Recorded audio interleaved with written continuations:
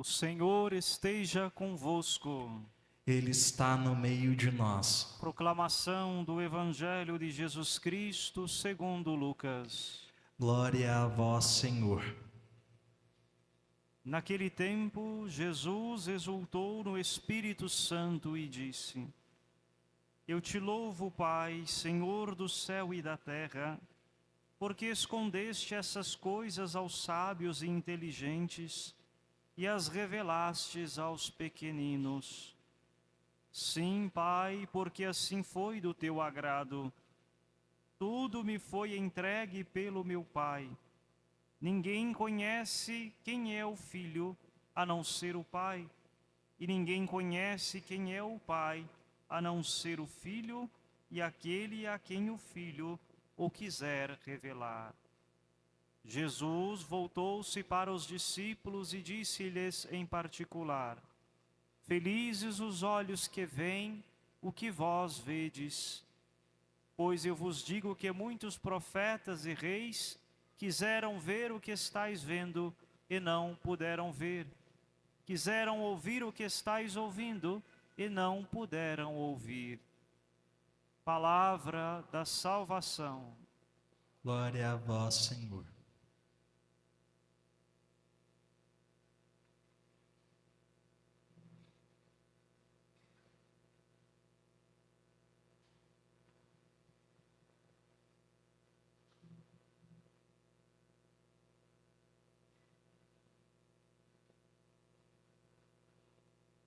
De São Bento, capítulo 52, do Oratório do Mosteiro. Que o oratório seja o que o nome indica, nem se faça ou se guarde ali coisa alguma que lhe seja alheio. Terminado o ofício divino, saiam todos em absoluto silêncio e tenha-se reverência para com Deus, de modo que, se acaso um irmão quiser rezar em particular, não seja impedido pela imoderação do outro. Se também outro, porventura, quiser rezar em silêncio, entre simplesmente e ore, não com voz clamorosa, mas com lágrimas e pureza de coração. Quem não procede desta maneira, não tenha, porém, permissão de, terminado o ofício divino, permanecer no oratório, como foi dito, para que o outro não venha a ser perturbado.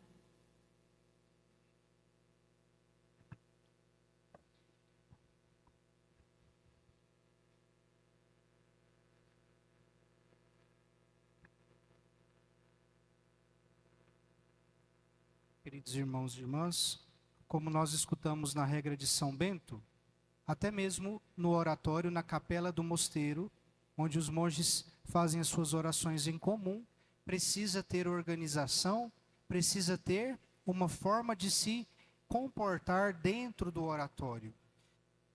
E essa forma de se comportar, ela se confunde muito com um dos elementos fundamentais, que é a humildade. A humildade que São Bento tanto pede na sua regra. E humildade é essa que tem tudo a ver com a leitura do Evangelho de hoje. Nós somente poderemos perceber Deus nesse tempo do advento, vamos perceber os sinais dele nascendo, se existir em nós essa disponibilidade interna de recorrer a ele. Os corações soberbos, orgulhosos, não puderam perceber Jesus na época dele. Por isso que ele acabou sendo crucificado, sendo morto, por conta da indiferença, por conta da prepotência, por conta do orgulho e da vaidade. E nesse sentido nós percebemos que a humildade, ela perpassa.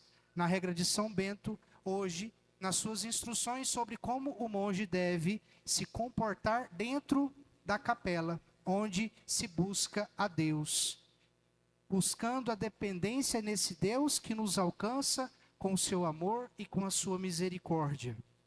E a primeira leitura hoje, também o profeta Isaías já anuncia, antes de Cristo, que nasceria do tronco de Jessé algo grandioso, algo que viria para confundir, para trazer de certa forma uma contradição. Como que de Jessé poderia vir uma coisa boa? como que lá onde Jesus nasceu, naquela pobre gruta em Belém, poderia sair algo bom, algo que pudesse de fato mudar a história da salvação. Nesse sentido, o profeta mostra o contraditório. É no contraditório que Deus se manifesta, que Deus Pai, em seu infinito amor, envia o seu Filho para nos redimir, para nos trazer aquilo que Ele nos ensina, o seu amor, e para que nós possamos também multiplicar esses mesmos gestos e ações de Cristo enquanto Ele esteve no nosso meio.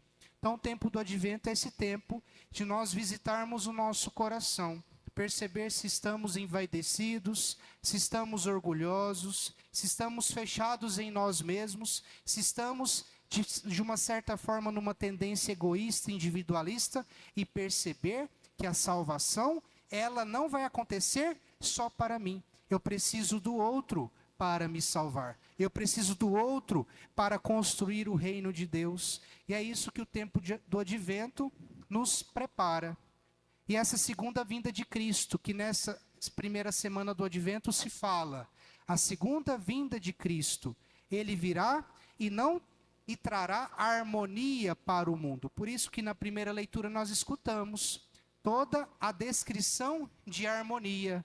A criança pondo a mão na toca da serpente, o leão brincando com animais e assim por diante.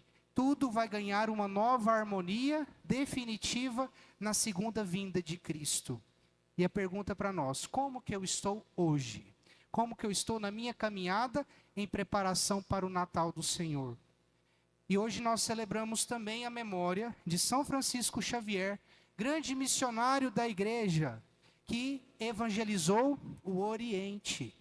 E hoje nós rezamos pelo Oriente, de modo especial a Coreia do Sul, que está passando por uma instabilidade política, por uma instabilidade ideológica, para que de fato nós possamos rezar pelos nossos irmãos da Coreia do Sul e rezar também por todos aqueles que foram evangelizados e aqueles que hoje seguem Cristo por conta do testemunho de São Francisco Xavier em terras orientais. Homem de humildade, homem de coragem, que desbravou o Oriente, levando Cristo para quem não o conhecia.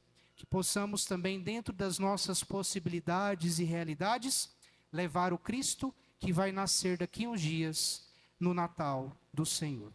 Louvado seja nosso Senhor Jesus Cristo. Sempre seja louvado.